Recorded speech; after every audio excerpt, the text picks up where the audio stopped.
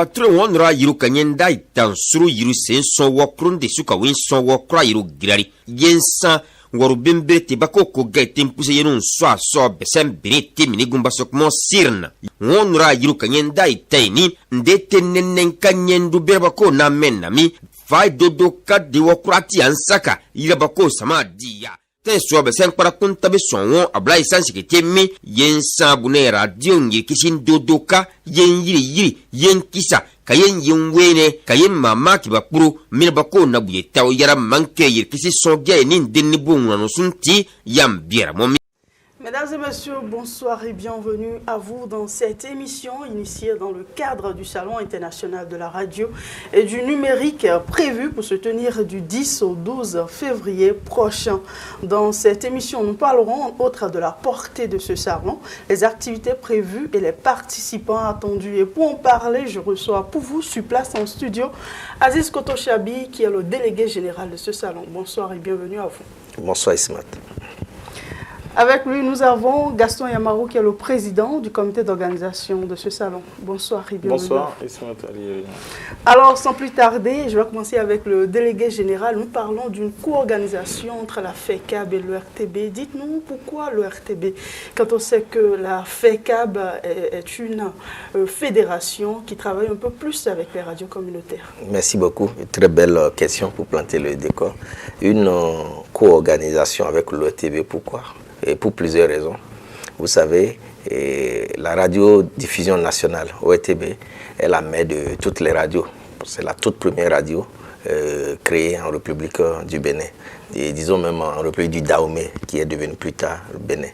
Et à la suite de cette première radio, il y a eu la première radio de proximité, qui est Radio Parakou. Parce qu'en dehors de la radio nationale, il n'y avait pas une autre radio à l'intérieur du pays. Donc Radio Parakou a été créée pour rapprocher la radio des communautés. Donc c'est la toute première radio de proximité. Et voulant organiser un salon international, un salon de surcroît international, il fallait associer la mère des radios, la mère des radios de proximité.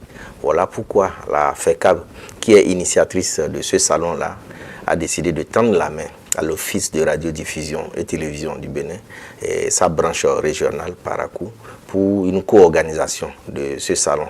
Parce que même nos hôtes, les participants des autres pays, ne comprendraient pas qu'on puisse organiser un salon international de la radio sans associer la radio publique. Donc voilà les raisons qui nous ont motivés. Nous avons tendu la main à l'ORTB qui n'a pas refusé, qui a accepté. Et nous sommes dans une co-organisation. Donc à la suite de cette première édition, nous allons nous rasseoir, nous allons faire le bilan, nous allons évaluer cette première édition pour voir qu'est-ce qui a marché, qu'est-ce qui n'a pas marché et s'il faut continuer avec cette co-organisation ou s'il faut que la FECAB puisse faire chemin seul pour les prochaines éditions. Alors, Gaston Yamarou, je le disais tantôt, vous êtes le président du comité d'organisation et au cours de la conférence de presse, on nous a parlé du thème de ce salon qui est bien sûr quel modèle économique pour les radios à l'ère du numérique. Qu'est-ce qu'on peut comprendre concrètement par ce thème-là ? Je vais compléter les réponses du délégué général pour peut-être aboutir à la réponse à votre question. Pourquoi avoir associer le RTB. En fait, c'est vrai, le RTB, c'est la mère de toutes les radios, c'est la première et tout. Mais c'est qu'aujourd'hui, nous sommes arrivés au même carrefour. Nous sommes arrivés à la même croisée des chemins. C'est le chemin de toutes les transformations des médias à l'ère du digital aujourd'hui. Autant que les radios qui ont 15 ans, les radios qui ont 20 ans, 25 ans font face au digital aujourd'hui, au numérique, autant aussi le RTB, tout son arsenal aussi a l'obligation de faire face aux transformations de la radio, des médias à l'ère du digital. Donc ça veut dire qu'en fait on avait le défi commun et c'est beaucoup mieux quand on se retrouve ensemble pour réfléchir et c'est pour ça cette organisation-là. Ensemble on est plus fort. Ensemble on est plus fort. Et donc justement vous comprenez c'est la justification déjà de l'aspect numérique parce qu'aujourd'hui le numérique nous a déjà assaillis. C'est vrai que du point de vue de la législation, du point de vue du gouvernement, en tout cas nos États sont un peu lents. à réagir, à suivre le rythme de l'évolution du numérique et du digital dans tout ce qu'on fait. Même si au Bénin, on a fait beaucoup de progrès, il reste quand même du point de vue médiatique à faire ces progrès à l'envers le numérique avec des programmes institutionnels bien tracés. Donc, c'est à nous qu'il revient de sonner l'alarme en fait. Si on ne tire pas la sonnette d'alarme et que nous-mêmes, nous ne nous retrouvons pas pour commencer à réfléchir autour des transformations que nos radios vont subir ou subissent déjà en fait, et comment on s'adapte à ce nouveau contexte-là pour ne pas disparaître, pour ne pas perdre notre audience et surtout aussi pour ne pas perdre l'argent, parce que c'est l'argent, c'est le nerf de la guerre. Quand on a l'audience et qu'on ne peut pas le vendre, qu'on ne peut pas le monétiser, c'est aussi un autre problème. Or, aujourd'hui, quand on va parler des radios concurrentes, on ne va plus juste regarder les radios de notre zone. On va déjà regarder, on va considérer les médias en ligne, on va considérer même une simple page Facebook qui est très bien ancrée dans notre zone de couverture, c'est aussi un média concurrent. Donc comment on fait pour suivre dans ce vivier-là, alors que le portefeuille publicitaire, lui, ne s'élargit pas. On n'a même pas une politique, on n'a même pas un code de la publicité au Bénin. Donc c'est un peu la loi du plus fort, la loi du meilleur. On doit réfléchir à quel contenu on va pouvoir mettre en place désormais sur nos radios communautaires pour faire face à ça. On va devoir pouvoir aussi réfléchir à quelle stratégie on met en place pour mobiliser de l'argent, des ressources, et surtout que nous avons acquis de nouvelles compétences par rapport au digital, pour la plupart de nos radios et tout ça. Comment on fait pour monétiser ces nouvelles compétences que pour le moment nous offrons gratuitement? Quand quelqu'un vient par exemple pour un contrat, voilà, la radio est en ligne sur Internet, la radio est en ligne sur Facebook, la radio est peut-être en ligne sur YouTube, sur une application mobile. Le partenaire a payé juste pour la radio. Il n'a pas payé pour Facebook, pour le site Internet. Comment on fait pour désormais pouvoir rentabiliser ça aussi? C'est autant de questions autour desquelles on va réfléchir. Donc c'est pour ça, la radio d'abord, mais aussi le numérique. Ensemble, tout ça, comment on fait pour réfléchir à de nouvelles façons de faire entrer de l'argent pour survivre. D'où le thème de ce salon. Oui. Le délégué a quelque chose à... Oui, par rapport au thème, je pense que ce salon va contribuer à démystifier le numérique parce que les radios ont une appréhension du numérique alors que nous sommes déjà dans le numérique. Et vous savez, la transformation du numérique a révolutionné le monde de l'audiovisuel, que ce soit la radio ou la télévision. Et même aujourd'hui, la presse écrite. Parce que la presse écrite, version papier, tend à disparaître. Et c'est la version numérique. Et les grands journaux aujourd'hui ne paraissent plus sur la version papier, c'est la version numérique. Ça veut dire que tous les médias aujourd'hui sont obligés de s'adapter, d'utiliser le numérique pour ne pas disparaître. Et le salon serait l'occasion vraiment pour tous ces acteurs-là de partager leurs expériences dans le monde du numérique.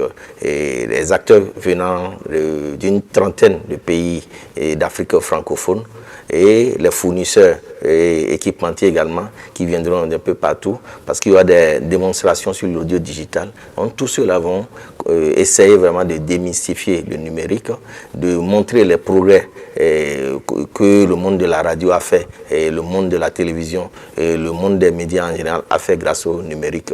Donc il y aura vraiment de la pratique pour que les gens puissent se repartir avec beaucoup de connaissances. Alors dans le même temps, vous êtes l'un des initiateurs de ce salon et l'on se pose la question de savoir, un salon international et une première d'ailleurs au Bénin, d'où est partie l'idée de ce salon-là? L'idée est partie de nos nombreux voyages à l'extérieur, de nos rencontres avec les acteurs de la radio. Et cela fait un déclic. Et dans ma tête, j'ai dit, bon, et si on initiait au Bénin un salon pour rassembler les professionnels du secteur? J'ai partagé l'idée avec le conseil d'administration de la FECA, qui tout de suite a accepté le projet et qui tout de suite a donné feu vert pour que ce projet puisse voir le jour. Et nous en sommes là aujourd'hui. Parce que quand vous regardez dans notre sous-région, Et en particulier, et en général, en Afrique francophone, il n'y a pas un creuset qui nous rassemble pour nous permettre de mutualiser nos expériences, pour nous permettre d'échanger. Donc, ce salon serait vraiment l'occasion de créer un puissant réseau pour mutualiser nos expériences, partager nos expériences, échanger et surtout pour mieux aborder le numérique. Parce que avec le numérique aujourd'hui, il n'y a plus de distance, il n'y a plus de distance entre nos pays et ça va nous permettre de mieux collaborer et de même mettre des projets en œuvre sur plusieurs pays. Donc on espère que vraiment ce salon-là sera le déclic idéal. Le président du comité a quelque chose à ajouter? Non, mais peut-être dire aussi que nous avons une longue expérience de la célébration de la journée mondiale de la radio, où nous mobilisions les acteurs de la radio communautaire à l'échelle nationale. Et c'est un peu pour ça que quand le délégué général a émis l'idée, le conseil d'administration dit mais tiens, pourquoi pas?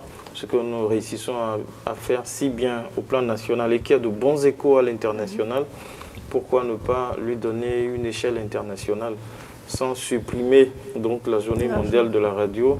Le salon vient en prélude à cette journée et va peut-être communiquer directement avec la journée mondiale qui est pour le 13. Qui est pour le 13, alors que le salon va finir le 12 et le lendemain, c'est la journée mondiale de la radio. Alors, nous parlons du Salon international de la radio et vous êtes le président du comité. Et dites-nous comment est-ce que ça va se passer concrètement? Voilà, le salon va se passer en 3 étapes, non, sur 3 sites. Donc, ce n'est pas 3 étapes, c'est des étapes simultanées sur 3 sites différents. Il y a l'aspect spectacle. Parce que si on parle de radio, c'est avant tout aussi la communauté, c'est le public. Il n'y a pas de médias qui puissent exister sans le public. Donc, on a pensé qu'on ne pouvait pas mettre en place un salon international sans l'aspect mobilisation communautaire, mobilisation populaire autour de cet événement. Donc, c'est pour ça que le site de l'esplanade de Dema Radio, connu pour mobiliser du public, a été choisi pour abriter des spectacles chaque soir. Donc, il va y avoir 3 grands spectacles de musique et danse traditionnelle du Bénin, pas seulement Batonou, du Bénin, mais aussi de la musique moderne du Bénin et du Konkomba. Bon, malheureusement, le Konkomba, malheureusement ou heureusement, le Konkomba n'est que Batonou, n'est que Batonou au Bénin, puisque quand même le salon a lieu à Parakou. C'est l'occasion de montrer cette spécialité à nos hôtes qui vont faire le déplacement. Donc, ça, c'est l'aspect vraiment populaire du salon. Après, il y a l'aspect vraiment purement intellectuel qui va se dérouler à l'hôtel Kobourou City Hotel au niveau de la salle des fêtes de l'hôtel Kobourou City. Où il va y avoir des communications. Donc, vraiment, les communications portent bien le nom. Ce n'est pas des conférences. Il y aura bien sûr la conférence inaugurale, mais après, ça va être de mini-ateliers de formation pratique où chacun vient. Quand il suit cet atelier d'1 heure, 1 heure et demie, il acquiert une nouvelle compétence technique qu'il peut aller implémenter au niveau de sa radio ou au niveau de son média. Donc, ce qui fait qu'à la fin, si vous avez suivi vraiment, même si c'est 5 communications que vous avez très bien suivies, vous ne regrettez pas d'avoir pris un billet d'avion pour venir participer. Parce que si vous deviez payer de l'argent pour suivre ces formations-là techniques, vous aurez payé plus que le billet d'avion et votre séjour sur place. Donc, communication, ce sont des formations. Ce sont des formations. Vraiment, ce sont des formations pour faire la différence aussi avec ce qu'on a vu dans les autres pays où quand il y a des organisations autour des médias, c'est bon aussi, hein, on réfléchit autour de la liberté de presse, la législation et tout. Mais après, s'il n'y a pas de compétences techniques, on ne peut pas coller à notre thématique qui est de faire face au digital, de faire face aux défis du numérique. Ici, c'est un peu plus pratique. C'est assez pratique. Et puis, la 3e phase du salon, c'est à la place Tabera. Et qui dit place Tabera, qu'on parle de foire. On vient de terminer la foire internationale de Parakou. Mais ici, ça va être une foire, une exposition vraiment technique et professionnelle, où il va y avoir l'exposition vente. Disons que un peu c'est l'aspect commercial du salon.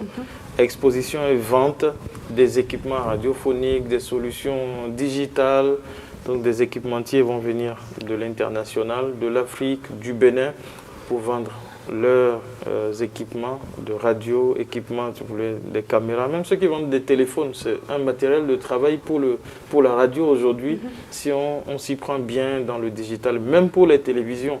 La preuve, on a couvert les élections, par exemple, du dimanche, rien qu'avec le téléphone, des vidéos prises avec le téléphone et tout ça. Donc voilà, même des personnes qui ont des boutiques de GSM, c'est l'occasion de venir prendre des stands pour vendre leur téléphone, puisqu'il va y avoir des communications qui vont montrer comment on peut utiliser le téléphone pour l'utiliser comme un outil à la télé, par exemple. Donc il va y avoir, et ça le délégué général va le compléter aussi, des fournisseurs de solutions d'énergie renouvelable, notamment l'énergie solaire. Comment faire pour ceux qui veulent vraiment avoir 100% d'énergie solaire, ceux qui veulent plutôt avoir 50% d'énergie solaire, d'énergie conventionnelle pour réduire la facture d'électricité. Il va y avoir tout ça. Donc voilà, au niveau de la place Tabera. Et puis, il y aura aussi du tourisme, un peu de tourisme. On ne peut pas faire venir des personnes de l'étranger sans leur faire découvrir ce que nous avons de plus beau. Ils iront à Savet? Malheureusement, pas pour le moment.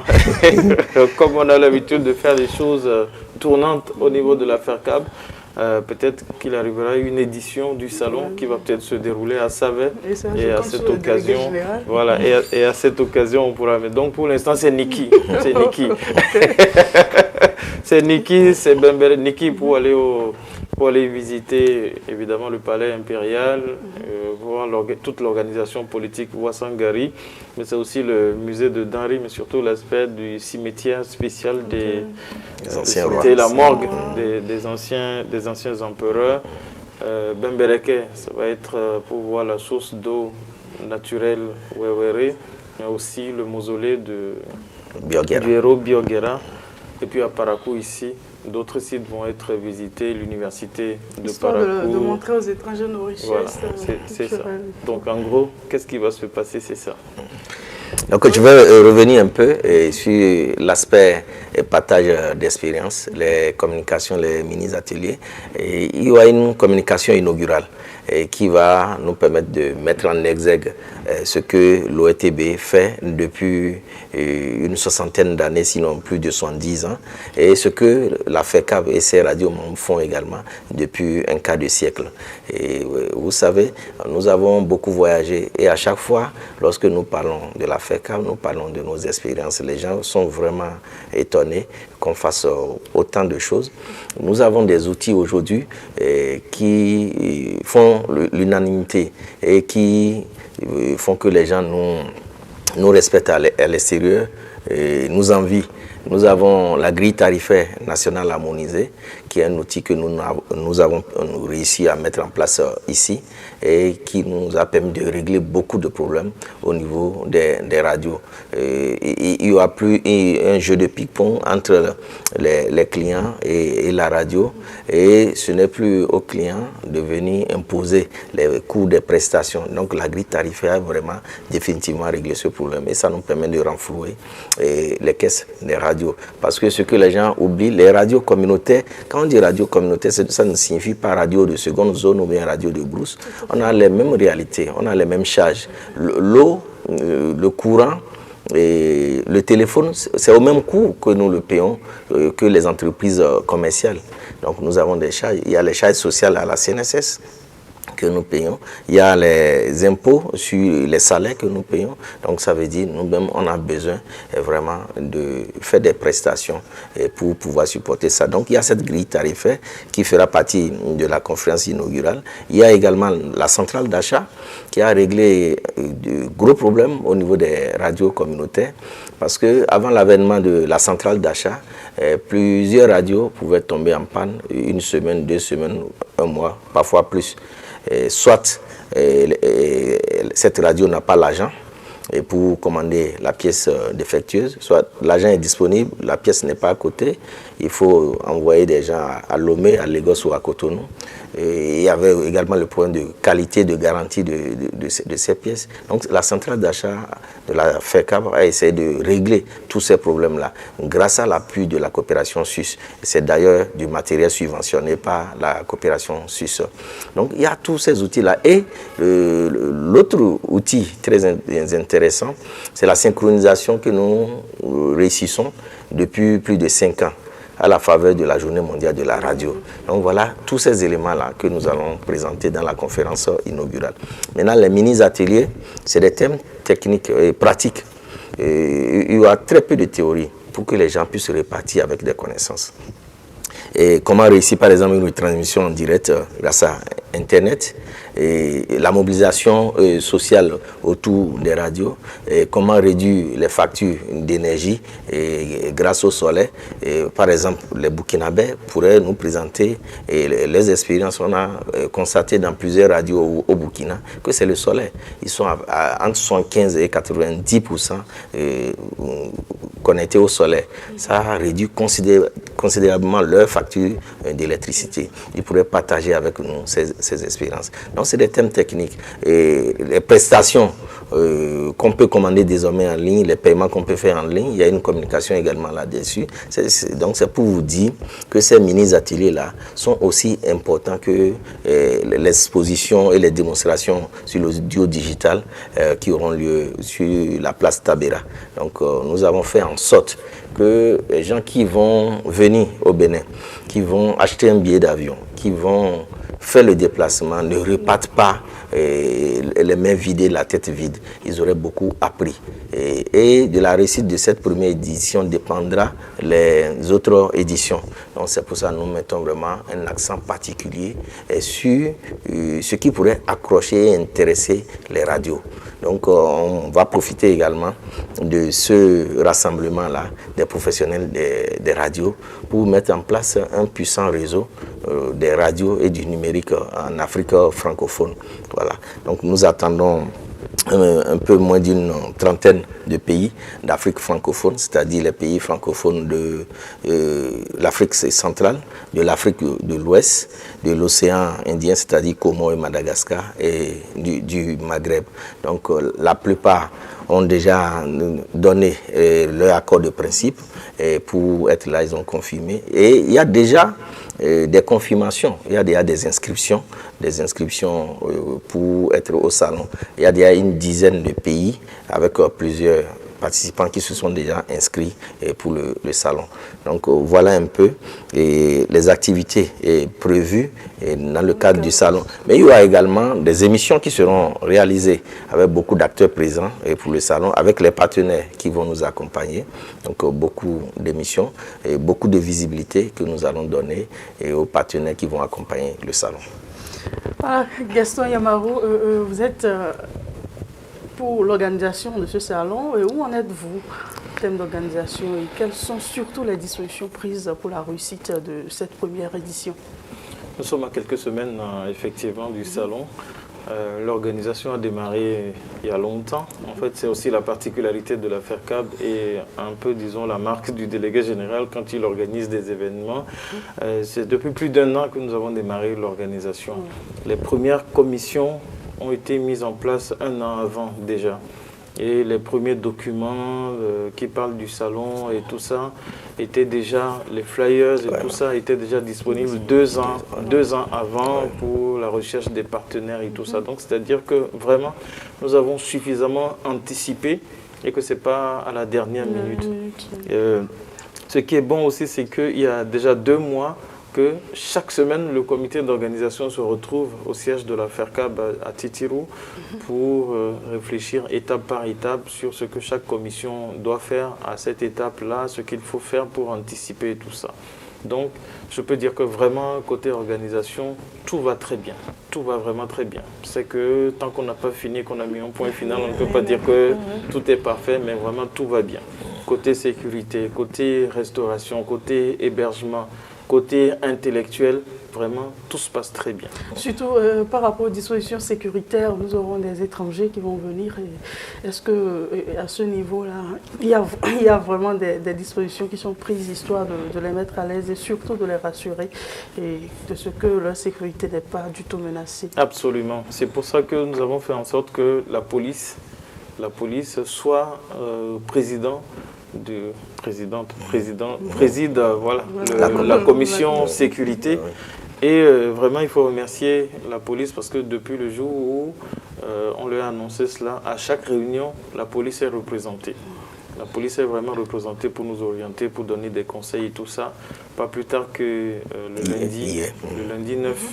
lundi 9 janvier, on a même parlé du nombre de policiers qu'on va mettre sur chaque site et comment on peut compléter cela avec des vigiles ou des sociétés privées de sécurité. Donc vraiment, tout ça pour renforcer quand même. Voilà, c'est au top. Et côté institutionnel, il va y avoir un courrier au ministère des Affaires étrangères et un courrier au ministère de l'Intérieur pour les informer que nous avons des étrangers qui vont venir dans le cadre de ce salon et qu'il y ait toutes les facilités pour ceux qui vont venir par voie terrestre, qu'on ne les brutalise pas, qu'on ne les crée pas de problème au niveau des frontières. Pour ceux qui auront besoin des visas, que ça puisse aussi aller plus vite. On ne dirait pas une première édition. Je vais compléter un peu pour dire que nous avons créé 6 commissions. Et 6 commissions techniques pour accompagner l'organisation du salon. Et dans ces commissions, nous avons fait en sorte que tous les médias soient représentés, et que ce soit les télévisions, les radios, la presse écrite. C'est pour vous dire qu'on a tendu la main à tous les médias exerçant au Bénin pour que ça soit une cause commune, ce salon-là. On n'a pas voulu garder ça pour nous seuls en vase clos. On s'est dit, c'est un événement international, il faut qu'on puisse associer tout le monde. Donc, tous sont représentés dans les différentes commissions. Et il y a la commission sécurité et santé, par exemple, où nous avons les policiers, nous avons la direction départementale de la santé, qui d'ailleurs a été la première structure à désigner ses membres, et beaucoup de spécialistes qui vont nous accompagner tout au long du salon, parce qu'on ne sait jamais, et pour les premiers soins, et en cas d'urgence, ils pourront intervenir. C'est vrai qu'on a la chance que le contexte sanitaire s'est un peu amélioré. Voilà. Et donc il y a également d'autres commissions, commission communication, commission logistique, accueil et autres. Et par rapport à la commission logistique également, je voudrais très sincèrement remercier le président de l'association des hôteliers du Borgou, M. Amos Balogou, qui est avec nous également depuis le début de l'organisation et avec qui nous avons sillonné un certain nombre d'hôtels pour voir ceux qui sont à même d'abriter nos hôtes, parce qu'on ne va pas de confort, parce qu'on ne va pas les héberger dans n'importe quel hôtel, parce que c'est très important à l'accueil. Et quand vous recevez des étrangers, c'est la première image, c'est celle qui reste. Donc il faut que les conditions d'hébergement vraiment soient au top. Donc on a essayé de faire une sélection des hôtels de la ville de Parakou. Et c'est grâce à ce salon que j'ai découvert que nous avons vraiment un vivier terrible. Et dans ce domaine-là, Parakou ne souffre pas de manque d'habitacles, d'hôtels. Et cette sélection nous a permis vraiment de retenir les meilleurs. Et il y en a qui ont promis également faire quelques travaux pour améliorer davantage le confort. Voilà, le confort. Donc il y a cette commission et d'autres commissions qui travaillent pratiquement tous les jours pour faire de ce salon-là une réussite. Donc voilà ce que je tenais. Tout à l'heure, vous étiez en train de parler des participants attendus, et notamment les inscriptions. Comment s'inscrire pour prendre part à ce salon? Oui, merci. L'inscription est en ligne afin de faciliter la tâche à tout le monde. Et en un clic, vous pouvez vous inscrire. Nous avons créé une plateforme à ce sujet, une plateforme sur Google Forms où en 5 minutes, vous avez achevé votre inscription. Et ça nous permet d'avoir des détails sur vous pour savoir combien de personnes nous attendons de Tunisie, combien de personnes nous attendons de Madagascar, et son vol est à quelle heure, et pour organiser par exemple le regroupement à Cotonou, parce que l'aéroport de Toulon n'est pas encore fonctionnel, ça veut dire que nos autres qui viennent par avion vont atterrir à Cotonou et ils vont faire le trajet par la route. C'est une bonne chose aussi. Ils vont découvrir le pays et sur toute pratiquement sa longueur. Et donc, nous avons mis en place un dispositif d'inscription en ligne là, pour avoir des informations sur tous les participants. Et cette plateforme-là, dès que vous allez sur le site web de la FECAB, fecab.org, vous avez accès à cette plateforme d'inscription en ligne. Si vous allez également sur la page Facebook de la FECAB, vous tapez FECAB ou bien Fédération des radios communautaires, vous avez accès également à la plateforme ou sur les pages Facebook des radios membres de la FECAB. Je rappelle, en parenthèse, que nous sommes passés de 39 à 42 radios. Donc désormais, nous sommes 42 radios. Donc l'inscription, vraiment, elle est facilitée et tous les jours, les gens se bousculent, surtout de l'étranger, pour s'inscrire au salon. Mais je voudrais également lancer un appel à nous, acteurs de la radio et du numérique du pays, à s'inscrire pour que les étrangers ne soient pas plus nombreux que nous à ce salon. Parce que jusque-là, ce qu'on a constaté, ce sont les étrangers qui s'inscrivent plus pour participer au salon. Donc nous également, il va falloir qu'on puisse accompagner le mouvement. Parce que nous, Béninois, acteurs des médias, avons besoin également d'échanger avec les autres, de frotter avec les autres pour apprendre d'eux. Donc c'est très important et on a la chance d'amener tout ce monde-là chez nous. Donc on devait avoir moins de difficultés à participer au salon, à toutes les étapes du salon. Donc je profite de ce plateau d'Ema TV pour lancer un appel à tous les acteurs des médias, que ce soit radio, télé, web télé, presse écrite, tout cela à s'inscrire en ligne et pour prendre part surtout aux différents mini-ateliers et aux démonstrations sur la place Tabera. Ils vont voir également du matériel, c'est des opportunités également pour eux. Donc c'est très important. Et au jour d'aujourd'hui, nous avons déjà une dizaine de pays dont les participants se sont inscrits. Et juste là, c'est la Centrafrique qui est en train de battre le record en matière de nombre de participants, suivi du Burkina. Donc il y a le Niger également, il y a le Sénégal, il y a la Guinée-Conakry, il y a le Togo. Il y a une dizaine de pays dont des participants se sont déjà inscrits. Les autres, je pense que d'ici la semaine prochaine, on feront le plein. Voilà. Alors, tout à l'heure, Gaston Yamaou, vous étiez en train de parler des stands, des expositions, et des équipementiers et autres. Est-ce que ça veut dire que c'est seulement ceux-là qui ont des produits en relation avec des médias qui pourront venir prendre ces stands-là ou tout autre produit également peut venir? En priorité, c'est ça, puisqu'il s'agit d'une foire vraiment professionnelle. Mais évidemment, qui parle des médias, les médias sont au cœur de tout. Les radios sont transversales à la vie en général. Donc, par exemple, les forains qui vont arriver vont rester sur le site du matin jusqu'au soir. Ils vont avoir besoin de manger. Donc, s'il y a un restaurateur qui se positionne là sur place, c'est déjà ça. Ils peuvent vendre. Donc, ça veut dire que les restaurateurs aussi peuvent prendre des stands. Et qui parle de restaurateur, parle aussi, on ne peut pas manger sans boire. Donc ça va. Une buvette, mais vraiment responsable, peut aussi venir prendre un stand pour que les forains n'aient pas à se déranger, à se tracasser, surtout qu'ils ne sont pas censés connaître la ville et qu'il n'y aura pas forcément toujours un guide qui va les amener. Et ceux-là qui vendent, par exemple, les pains traditionnels, tout, est-ce qu'ils peuvent quand même venir? Oui, c'est un salon international. Et tout à l'heure, je disais qu'on a associé l'association des hôteliers du Borgou. On n'était pas obligé de le faire, par exemple. Mais c'est un salon pour lequel on veut que tout le monde puisse gagner quelque chose, que tout le pays, quel que soit le secteur dans lequel vous êtes. Si vous vendez des pains tissés et vous tenez à prendre un stand, on ne dira pas non. Vous allez prendre votre petit stand et faire vos affaires parce que les étrangers voudront rentrer, par exemple, avec des souvenirs du pays, pain tissé. Des objets d'art. Donc, des objets d'art. Des décorations. Donc, les startups également, les jeunes entrepreneurs, les développeurs d'applications, tous ceux-là peuvent prendre des stands et donner de la visibilité à ce qu'ils font.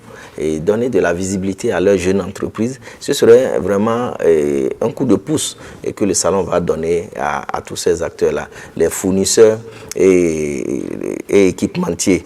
Il y en a qui sont annoncés de l'étranger, mais on voudrait également lancer un appel aux fournisseurs équipementiers de matériel de radio, de matériel numérique, à également se positionner pour le salon, pour que ce ne soit pas seulement des équipementiers étrangers, et quand je parle d'étrangers, c'est européens, asiatiques, américains, seuls qui soient là. Parce que je sais que dans le pays également, on a de grands fournisseurs, de grands équipementiers, de matériel de radio, de matériel de télévision, de matériel numérique, qui font du bon boulot. Donc c'est une occasion pour ceux-là également.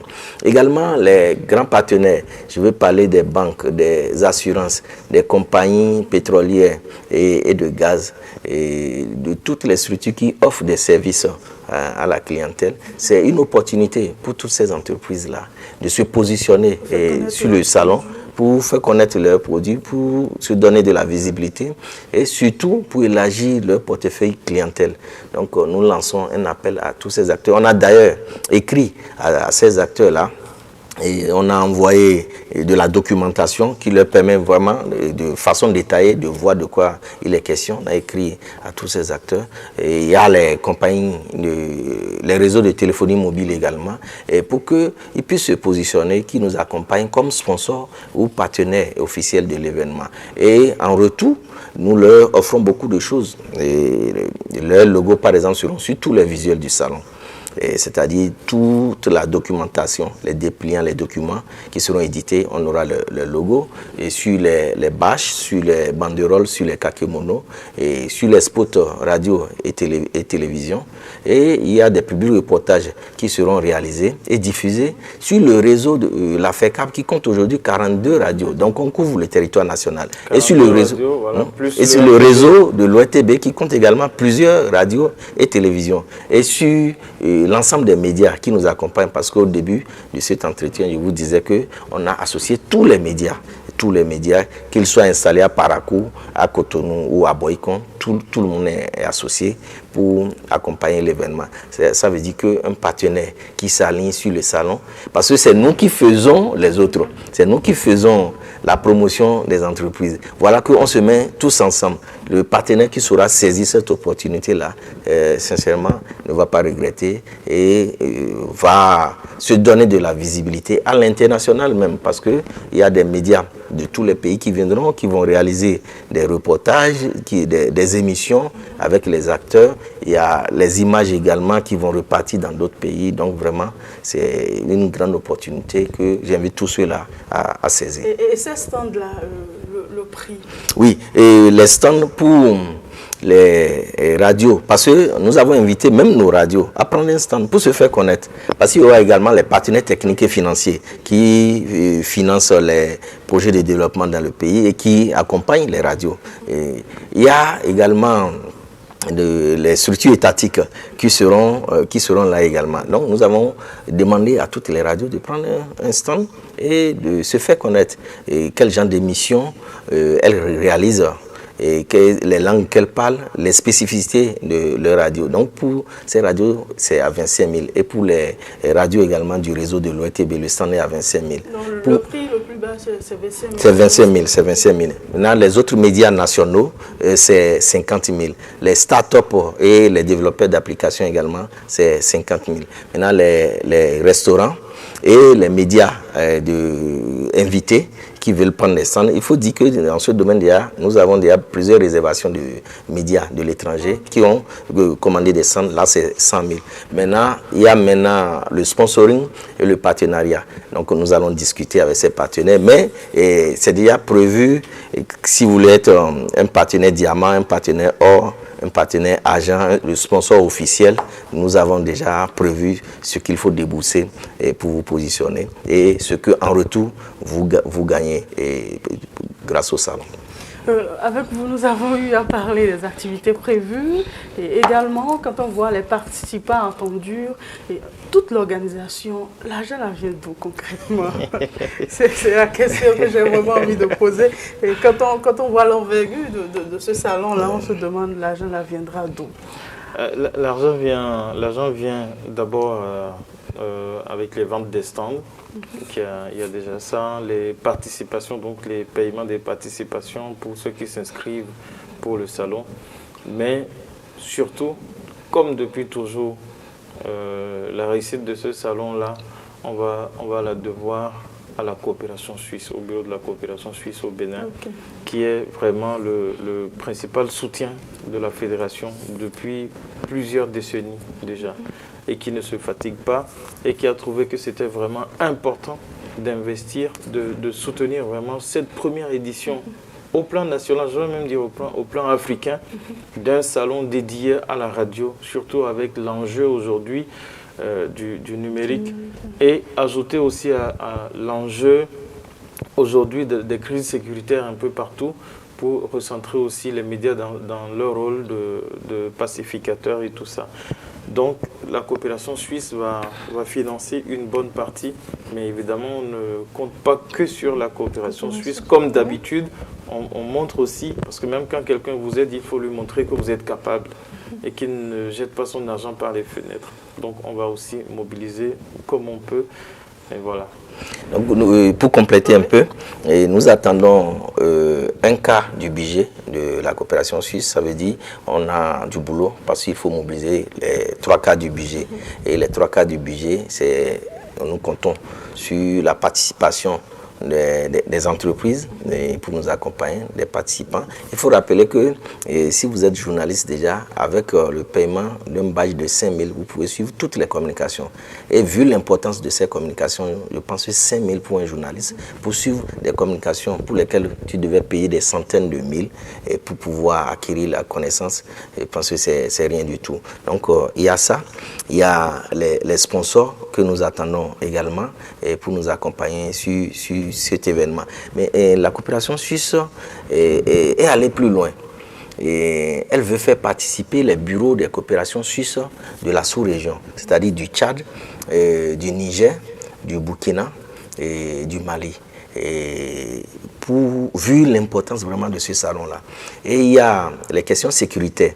Il y a une communication qui intéresse ces acteurs-là, qui est l'accès de l'information aux communautés et des espaces transfrontaliers là, en période de crise. Donc il y a une communication que nous avons ajoutée aux différentes communications là et qui sera relayée par l'ensemble des médias qui seront présents à ce salon.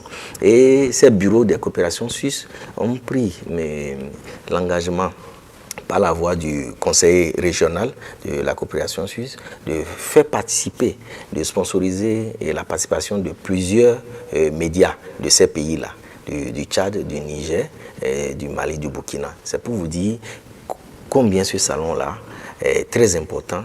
Et s'il n'avait pas existé, il fallait le créer. Oui, le délégué général parle d'un quart du budget par la coopération suisse, quelques inscriptions. Nous sommes à 4 semaines du salon. Est-ce que vous pensez que ça va véritablement suffire pour couvrir cette première édition quand on entend parler de tout ce qui est prévu? Oui, c'est pour ça qu'on s'est réveillé très tôt. C'est pour ça que nous avons commencé le battage médiatique depuis près d'1 an.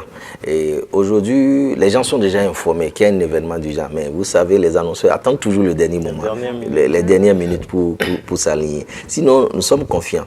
Et par rapport à l'importance de ce salon-là, par rapport à ce que nous attendons pour ce salon, aux thèmes qui seront débattus, aux activités qui seront développées au cours de ce salon-là, je pense que c'est un créneau porteur, c'est un rendez-vous porteur pour tout annonceur, pour tout partenaire, pour s'aligner. Donc par rapport à ça, nous ne sommes pas du tout inquiets et nous avons encore, c'est vrai, 1 mois pour affiner les choses. Oui, nous avons 4 semaines pour affiner les choses et nous savons qu'on ne sera pas déçus. Mais quand nous voyons déjà l'engouement des pays étrangers, des participants étrangers à s'inscrire, vraiment je me dis, on ne s'est pas trompé.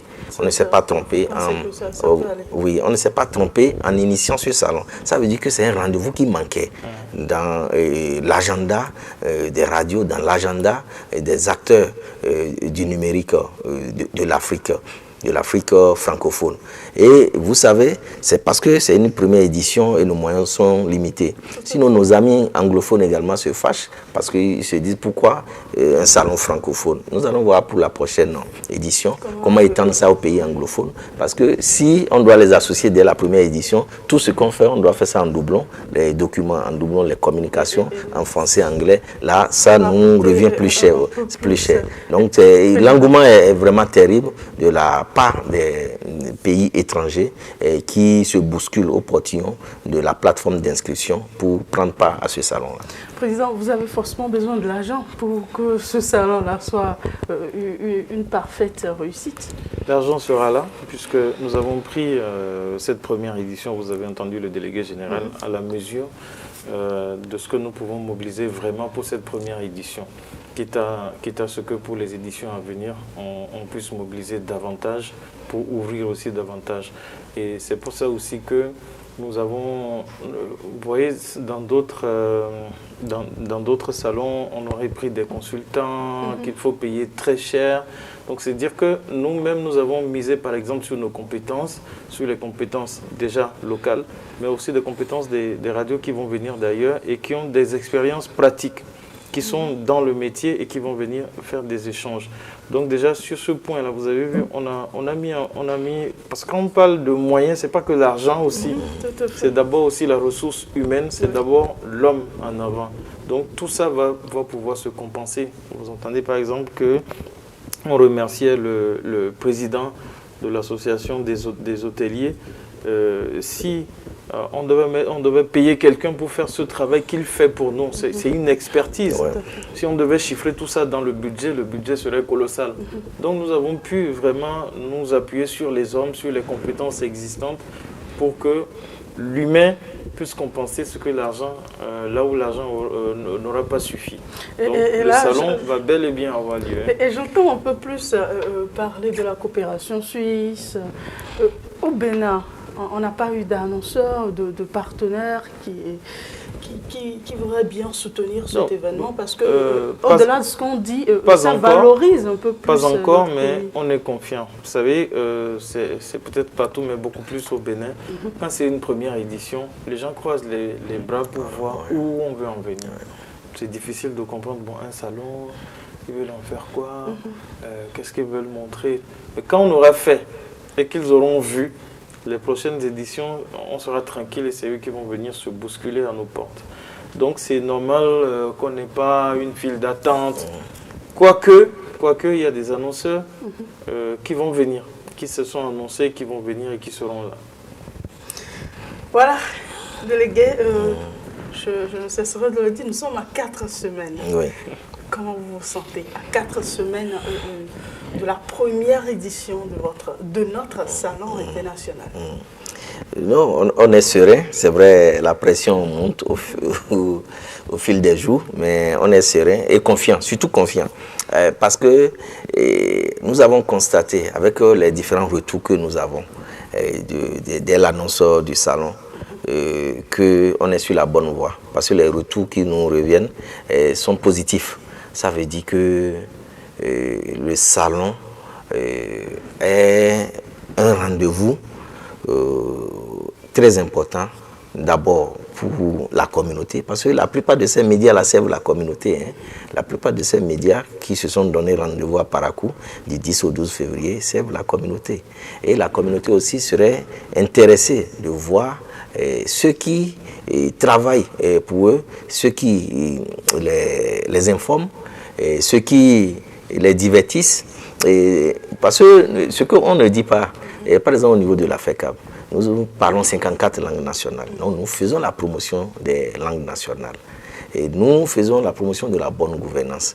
Avec le programme redevabilité, nous avons appuyé beaucoup de communes. On réalise des émissions qui sont payées par la coopération suisse. La couverture médiatique des sessions de reddition de comptes, des sessions communales, des émissions qu'on réalise avec les élus, avec tous les acteurs du développement. Donc c'est une occasion également pour ces acteurs-là de nous retourner la balle, oui, de se mobiliser également et de prendre part aux différentes activités. Nous attendons par exemple pour les expositions 2000 à 3000 personnes par jour pour venir voir un peu ce qui se passe dans nos radios, et nos réalités, parce que les radios vont prendre les stands, les médias vont prendre les stands, et aussi voir les dernières technologies en matière de radio, en matière du numérique. Et ça veut dire que ce n'est pas un salon que pour les professionnels de la radio. Donc c'est un salon également pour permettre à nos communautés et à nos auditeurs et à nos téléspectateurs de venir voir ce qui se passe à l'intérieur de nos différents médias. Et nous avons besoin également de leur soutien pour réussir cet événement. Et comme je l'ai dit, c'est un événement qui va impacter tout le monde, que ce soit le vendeur d'unités et de communication du coin, que ce soit la restauratrice, que ce soit le tenancier de bar. Tous ceux qui viendront avec des devises vont les dépenser ici. Donc ça veut dire que c'est vraiment... Les fournisseurs d'accès à Internet, parce que ça va être le seul moyen pour les étrangers qui arrivent de rester en contact avec... se connecter. Donc vous voyez, si par exemple un réseau de téléphonie mobile s'aligne et nous accompagne, vous voyez, tous ceux qui viendront là, on fera de ces réseaux de téléphonie mobile le premier canal de communication pour ces étrangers-là vers le pays. Les étrangers arrivent, on leur distribue en même temps les cibles du partenaire qui va s'aligner. Donc c'est pour ça que nous continuons de lancer un vibrant appel à tous ces partenaires-là à s'aligner, à ne pas attendre les derniers moments pour se bousculer à la porte du Sirène.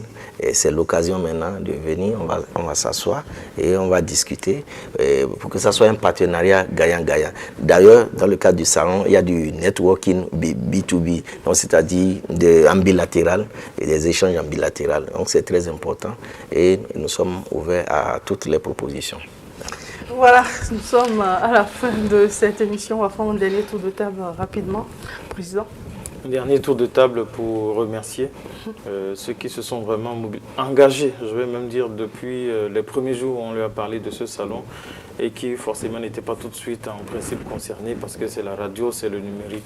Je veux parler de la direction départementale de la santé du Borgou qui a été, comme l'a dit le délégué général, la première institution à prendre un arrêté vraiment officiel pour nommer des gens, les personnes qui vont être membres de la commission santé et tout ça. Donc vraiment, c'est très important pour nous de remercier également la police nationale. On l'avait déjà dit.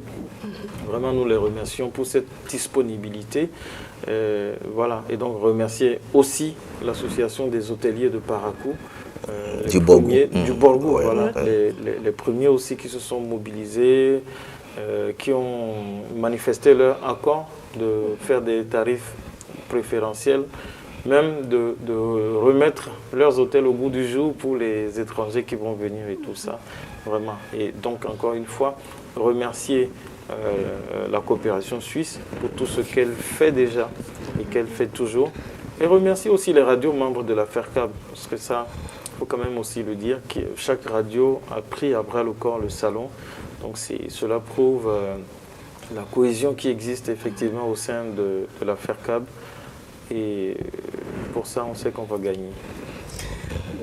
Oui, merci. Et je voudrais rappeler ce que, par exemple, un professionnel des médias gagne en participant à ce salon-là. Ça lui permet par exemple d'avoir un carnet d'adresse internationale. Regardez tous ces médias-là qui seront avec nous, qui seront représentés ici. Et ça permet également des échanges d'expériences entre acteurs de la radio et des médias. Et cela permettra également de découvrir de nouvelles technologies de radio et du numérique. Et pour les autres partenaires, c'est des opportunités d'affaires qui vont leur permettre d'élargir leur portefeuille clientèle, qui vont leur donner de la visibilité pour leurs produits et les services qu'ils offrent. Et serait également un accroissement de leurs ventes et un positionnement à l'international. Vous imaginez tous ceux qui viennent de ces pays-là et qui découvrent une structure, une start-up qui innove, qui fait de bonnes choses, forcément, ils vont en parler chez eux de retour. Donc, c'est très important que tous ces partenaires-là puissent nous accompagner pour réussir ce salon. Parce que désormais, ce n'est plus la chose de la FECAP et de l'ORTB seulement. C'est une cause nationale aujourd'hui, ce salon-là. Et on doit se serrer les mains, on doit s'unir pour réussir ce salon-là. Parce que ce serait une réussite nationale si nous arrivons à relever le défi de cette première édition-là. Et Inch'Allah, grâce à Dieu, je pense qu'on va relever le défi. Amen. Et voilà, c'est la fin de cette émission que je rappelle est donc initiée dans le cadre du Salon international de la radio et du numérique qui est prévu pour se tenir du 10 au 12 février, inclus le 13 février bien sûr à cause de la journée mondiale de la radio. Et voilà, fidèles téléspectateurs, vous avez suivi pour ce salon des communications pratiques, des formations pratiques, on peut le dire comme ça, et sont prévues. Des spectacles et puis même des expositions sont prévues. Vous avez plus à gagner à prendre part à ce salon-là. Vous avez la possibilité de vous inscrire en allant sur Google ou sur Facebook. La date limite d'inscription, c'est le 20 janvier 2023. Le 20 janvier. Dans 10 jours. Alors, saisissez l'opportunité que vous offre la Fédération des radios communautaires assimilées du Bénard avec le RTB. Merci de nous avoir suivis. Prenez soin de vous. Bye bye.